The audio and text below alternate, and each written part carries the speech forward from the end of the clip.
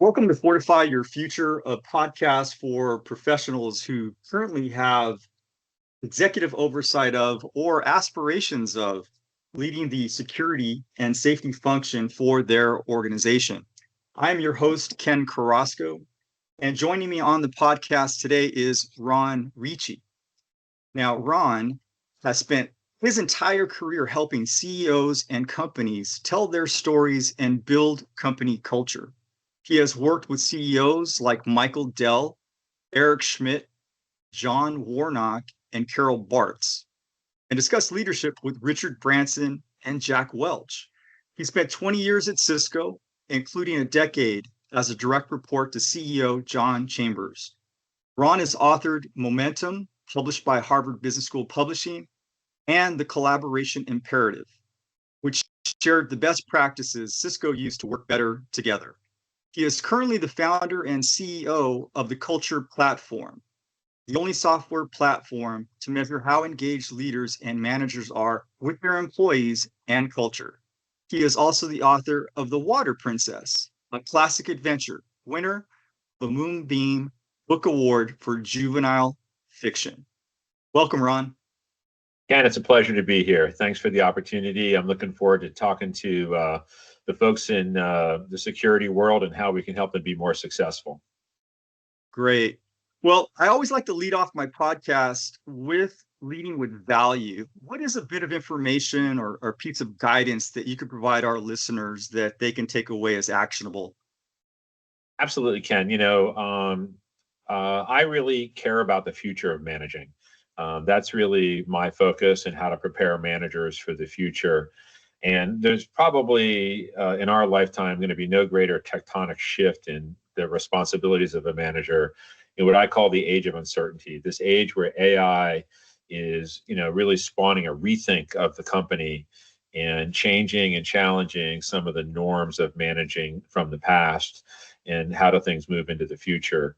I think if I could, zero in on anything, is that there is a real sense of uncertainty that exists in the minds of every employee involved and anyone who's listening to this podcast. What is my future career pathing going to be? How do I really grow and thrive in this world? And if you're managing those people, the most important value that you can bring to the table is the opposite of uncertainty. And what my research showed that what this current generation of talent is looking for in a manager is that opposite of uncertainty, and that's called consistency. And I think you probably know from your own experience that being consistent as a manager is just good, but it's also hard. And a big part of what I've been doing for the last number of years since I left Cisco is researching what really do millennial and Gen Z talent cohorts look for in a manager. That research showed consistency, and really what I really want to try to do is to help convey how managers today can show up and behave and act in consistent ways that inspire their employees to find that source of trusted leadership in a time where so much around them is changing. If you think about it, Ken, I know you're younger than me, but as a boomer, I grew up in the world where there was the corporate ladder. And once you got on the ladder, you could look up and see 15, 20, 25 years worth of growth in the same function, maybe go from grade 6 to grade 17 over 20 years. You might have the same manager for 15 years. And that sense of predictability really defined the career path of a boomer. Well, for today's generation, it's the exact opposite of that. There's no predictability. It's very uncertain. And so if you're going to manage today and really manage and lead your organization, you have to think really, really hard about how to be consistent. And that's really what I specialize in, is helping managers grow their levels of consistency and be able to manage their team through these uncertain times and be that bedrock of leadership that they need in order to really thrive in an organization and ultimately give the best of what they can to that organization. Oh, that's great, Ron. I mean that guidance is imperative these days. Anyone that's followed me or has seen me present at least in the last 3 or 4 years know that I often reference you, Ron. You are certainly for me somebody that I've admired for years, working at Cisco, and even developing, our relationship further in terms of the things that you've done, the content that you've created, your research. I literally use your content and what you do in terms of being a leader. And Yeah. so it's critical to understand, I think, how things have changed, right? And I often reflect certain models, but I think you would agree that it's not necessarily the particular model that you use in terms of how you have a framework in your organization, but that you do use a model. And how do you adapt these models to this new way of learning how to manage with uncertainty? Can you go a little bit deeper into some Sure. sort of critical areas in which we need to pay close attention to as either new managers or even seasoned managers that are dealing with new obstacles these days? Yeah, thanks, Ken, for saying that. And back at you. You've been a source of inspiration for me as well as I've watched you move through your career. And you're a true entrepreneur. And I've enjoyed watching your progression to where we are today. Um, I think that when you look at this world that we're living in today, there's sort of two constituents that matter. There's the managers and leaders of an organization, and then there's the people who work in the organization. And the people who work in the organization are the ones who are facing the most uncertainty because they don't really know how the future of the organization is going to evolve given the way technology is influencing how that organization is looking at its own structure in the future, right? And then you have the managers who are managing and leading them. I really fixate on managing because I think that's the part of the equation that we haven't put enough thought into. So first, let me just share a couple of facts about managing today, Ken, because these are really important to set this up, right? Today's managers manage twice as many people as boomer managers did. So boomer managers had 10 to 12 direct reports. Today's managers have 20 to 25 direct reports. That is a giant shift for managers. First of all, it's just a lot more people and obviously a lot more time. The second fact is that companies today are not investing the way they did in the past in managers. So less than 50% of all first-time managers get the job, Ken, with no formal training. So here you have twice as many people as boomer managers had. We got all this training, and today you're not getting as much training, if any at all. And because you have so much to do, managers today spend less than 10% of their time developing people on their team, right? I mean, what a tough world it is to be a manager, right? So how do you actually then be successful in that environment? And that's really where I've developed a framework, what I call the 6 drivers of consistency that are based on the research that I did. And I think, you have to have a model, right? What is the model for managing in the future? And to me, it's really based on sort of understanding your strengths and weaknesses as a manager against these 6 drivers, right? So I do, by the way, can provide more information later, Ken, about how people can experience these 6 drivers. But let me give you a high level view of sort of what I mean by them. When I did this research, what I asked was looking to try to understand what would make someone who's in the workforce today want to recommend a manager. And it's these 6 drivers came out of the research that showed these are the common factors of managers that people love working for, right? And when you hear them, you're going to think to yourself, that's right, that makes sense. I want to work for a manager who does this. So first, alignment. Is this manager consistent in the way they align someone's job roles and their job role and box of responsibility on the team to the priorities, goals, and metrics that manager cares about? In other words, if I have a job on your team, does it really even matter to the success of the organization?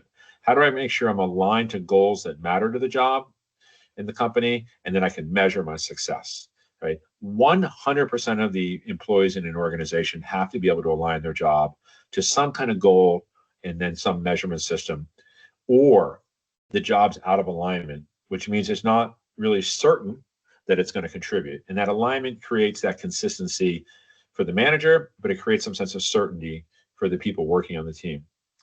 The second area is accountability, right? Do you say what you're going to do, right? So people want to work for a manager who follows through on their word. If I'm aligned to a goal on your dashboard, Ken, and you've given me a measurement, and if I exceed the measures that you give me for that goal that you set, right? Are you going to follow through on your word? Are you going to fight for me to give me the recognition and the rewards that I deserve as someone who works for you, right? So this generation is really looking for managers with fight. Are they going to be willing to stand up and recognize their employees and give them credit for the work they do? So there's alignment, and then there's accountability. Those two things are sort of the core elements of the drivers. But then there's some behaviors. So for example, the third one would be, does this manager communicate their mindset? People today want managers who are consistently authentic. And in order to be consistently authentic, you have to tell people how you think and make decisions.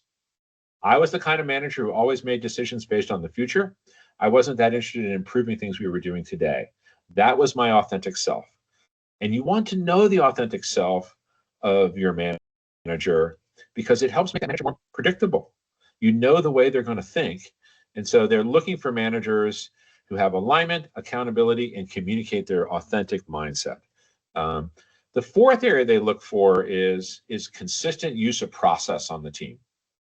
Every team has a set of operating model principles that they have: a fiscal year, goal setting, operations reviews, whatever, all those different things you use to manage the operations of an organization. People on the team want you to be consistently using those over and over and over again. Think of that as the rules of the road. If you're on a team and you know the rules of the road of how that team is going to operate, it helps give you a sense of certainty about how to play within the system of that manager, right? So alignment, accountability, authentic mindset, and consistent process. Then there's facts, right? There's nothing more important to this generation than a manager using a consistent set of facts to manage the team, how you measure success or not. In my generation, Ken, a lot of people could make facts mean anything. Right? And that was a core behavior set of the boomer generation, was people could generally make facts show that you were successful in your journey in some way or not. Well, in this generation is not looking for a manager who allows, if you will, arbitrary facts to define success.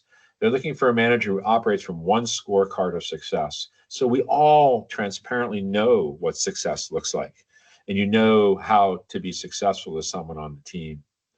And then finally, the last element of consistency is listening. Again, to contrast this with the boomer manager, in the boomer era, no news was good news, right? Well, that was sort of code word for, I'm not really listening unless you point it out to me, right? Well, this generation's like, that's not what we're looking for. We want you to know when things are working as a manager, and we want you especially to know when things aren't working. Because if things aren't working and I'm on the team, this is going to affect how you feel about me and my potential to be rewarded and recognized on the team. And so they really are looking for managers who are consistently listening. To summarize, the 6 drivers of consistency are really about how well you align job roles on the team, how accountable you are and stick to your word and fight for your people, how authentic you are, how consistent you are with your process, how much you're committed to one set of facts, and how well you listen. Now, it's not easy to be great at all 6. I was pretty poor at a couple of these. I wasn't great with facts, for example, and I certainly wasn't great with process, right? But what's important is to know that there's something that people look for in a manager, and then how can you self-evaluate yourself and get feedback from others about where you're strong and weak and maximize your potential as a manager. Because in the end, you know this, the manager is the anchor of a team. It's the hub of where execution happens. And you want to have the best people on your team, right? You want to have people who want to overachieve. And if you're a consistent manager, you're going to have a team of people who love you and want to overachieve for you and obviously help you achieve your goals. Yeah, great, Ron. And so critical, the information, the framework that you're talking about in our particular industry relative to safety and security. There's often, quite frequently, I call it an army of one. You really have a director and everyone else within that organization. You may have one or possibly two FTEs, but primarily often you'll find many, many contractors working in the environment. Are there any nuances that you need to consider in dealing with FTEs versus contractors, other than the obvious co-employment issues? But how does one navigate the difference between an FTE, a full-time employee, versus a contractor who's embedded in the organization? Well, I'll tell you this, and I have a sort of a strong opinion about this. Whether they're a contractor or you're FTE, you as a manager want them to love their job. Because if they love their job and they're trying to do the best they can at their job, they're going to try to be successful no matter what, right? And having a happy, motivated workforce is a workforce regardless of whether they're FTE or whether they're contractors. And so I know there are absolutely some nuances to it, but I first want to say a team is a team, and a manager has to sort of, if you will, to quote John Chambers, deal with the world the way it is. And if this is the way it is, it's your job as a manager to motivate the contractors as much as you would your FTE. I would say a couple of things on this list that really matter. Um, I'd say first, the two that I guess I would point out to is alignment. No matter what kind of employee you are, you have a role and you have a box of responsibilities that come with that role.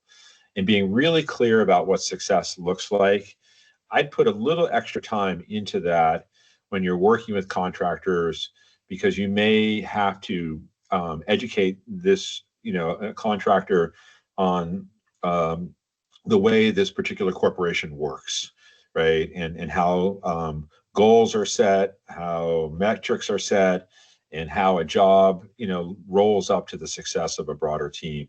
So I really believe in this concept of alignment. And especially if you maybe have a more transitory workforce over time, where there's more people coming and going, it's important for everyone to understand the way their job is anchored in some set of goals and measurements, so that you feel like you're all on the same team. The other thing I would say of the other six drivers, probably the one that I would say for if you have that kind of workforce as you're describing, is invest a little bit more time in listening. It's a lost art, listening. And think about just how much people are motivated when rather than being told something, they're asked a question. And the gift of having contractors is you get people with a lot of experience, right? So just think about how motivating it is to hear this question. How could we do things better around here? Just in fact, if I said one thing, just ask that question, right? Because if someone's a contractor, they've probably been a contractor somewhere else, and they're bringing those best practices with them. And just think about how motivating it is when a manager asks you that question, and then the manager actually does something about it, right? So, and I think that's really, in the end, it's a motivated workforce, is a motivated team, is a happy team. And I think that the bookends of making sure that everyone's aligned to the current culture they're just joined, right? But also you're willing to listen and ask questions so that you can learn from people who maybe had more diverse experiences than an FTE would. The downside of having FTEs is that you tend to have more of the same, right? Right. Mm-hmm. Right. And now, and it's in the part that's really, I think, potential to have real value with contractors is learning from them. Yeah, that's incredible in terms of understanding that and then applying these specific themes so that you can execute against that alignment and making sure everybody's on the same page. Now, when I was coming up, Ron, the emphasis on career development, it was really the onus was it's your responsibility as an individual to own your career development. And for the last several years, probably sort of the probably tail end of my career at Cisco, I had really looked at really studying that and understanding we need to do more as leaders and managers. It's no longer just enough to provide resources for employees, to have available to them, but we needed to be participatory in that personal career development and even going beyond coaching. And it's that was really important to me then. It's important to me now, really trying to articulate to new managers and leaders who have continued to do things sort of the same old way, is that you need to spend more time with your teams on their personal development and go beyond just guiding them to resources, but being an active participant in what that next step is. You talk a lot about being a career dot connector. Can you go a little bit deeper in that and why that's so important? Yeah, thanks, Ken. I believe that, because of this age of uncertainty and the introduction of AI and the era of efficiency that we're in, that, my fundamental belief is that the corporate ladder is not going to exist in the future for this current cohort, millennials and Gen Z versus boomers, right? And because of that, I believe that what is important is what I call a career dot connector, is to help the people on your team connect the dots to their career story. And that's really, to me, the important role of a manager today is to help people on the team that are working for you understand how the current role is going to create a chapter in a career story for them. And so, because I don't think you can control more than a chapter of your story at a time anymore. There's no, oh gosh, there's 8 ladder rungs ahead of me. I got 8 more years in this job role, right? That's just not the way it's going to be. It's sort of like, how does this current job role help set me up for my future job role, right? And I just see that as sort of a chapter of a story. And that's what I mean by being a career dot connector, is help people connect the dots on how this role is going to help you write a best-selling chapter of your story. So of course, if you're going to help someone write a best-selling chapter of a story and connect those dots, obviously some of the things I've talked about are critical, like alignment, right? Right. But I would say there's 2 things that I would offer for managers to think about. One is to really help the members of your team go through some kind of exercise where you help them self-identify their strengths as an individual. We often hear about passions, right? But I really believe in strengths. What is it that is the way makes your brain unique? What do you have as a skill set that only you have, and that what makes you special as a talent? If you got 100 people on your team, you have 100 different people on your team, right? And, even if they're contractors, they're all different, right? Right. And what everybody on your team should be able to say is, here's what I'm good at, and to have some awareness of what you're not good at. And I think understanding your strength as a person is a gift a manager can give to someone, because it allows that person to begin to see what really is the core that differentiates them as a person, right? So understanding your strengths is critical. That's really the foundation, I think, of how a manager can help set someone up. And I think if you do that, the second thing that I would say would be most valuable to do is to put your people in what I call, you put them on assignments that give them an opportunity to build a signature outcome, something that they can point to that shows that they made a difference on the team. There's this term called the big, hairy, audacious goals. Companies have BHAGs all the time. I think managers need to give their people, especially their best people, BHAGs, something that at the end of their, when they accomplish the goal, that big, hairy, audacious goal you've given them, that they have accomplished something that becomes a signature project for them. I mean, Ken, you had a signature experience by being the successful safety and security leader you were at Cisco. And that signature experience has enabled you to talk to people about why you've been ready for the next roles. I had a similar experience at Cisco. And so people today, I think managers need to spend more time creating those signature experiences for their people so they can help their people tell a story of how they've succeeded and why they're ready for the next role. And I'm telling you, almost it's got to be 100% of the reasons why you were successful at that signature project is because you were in a job role that played to your strengths. Right? If you're in a job role that plays to your strengths, you can align it to something that's important on someone's dashboard, and you can accomplish that on someone's dashboard, and you've created a signature project. You as a manager have done your job because you've enabled that person to show up in the next job interview ready for the next job by saying, I'm good at X and I proved it doing this, and that's why I'm ready to take on the hardest assignment you have on your team. That's what I think that's what managers can do today to develop people, help them figure their strengths out, and help them make sure that especially your best people are working on projects and programs that allow them to create a signature reputation-making outcome. Right. Well, certainly a big part of this is self-awareness and really understanding, those strengths. Now, I know that you've spent time developing software that actually addresses this. Can you talk a little bit about the self-assessment tool Yeah. and software that you've worked on and now have available for folks to have an understanding of where they need to concentrate and focus?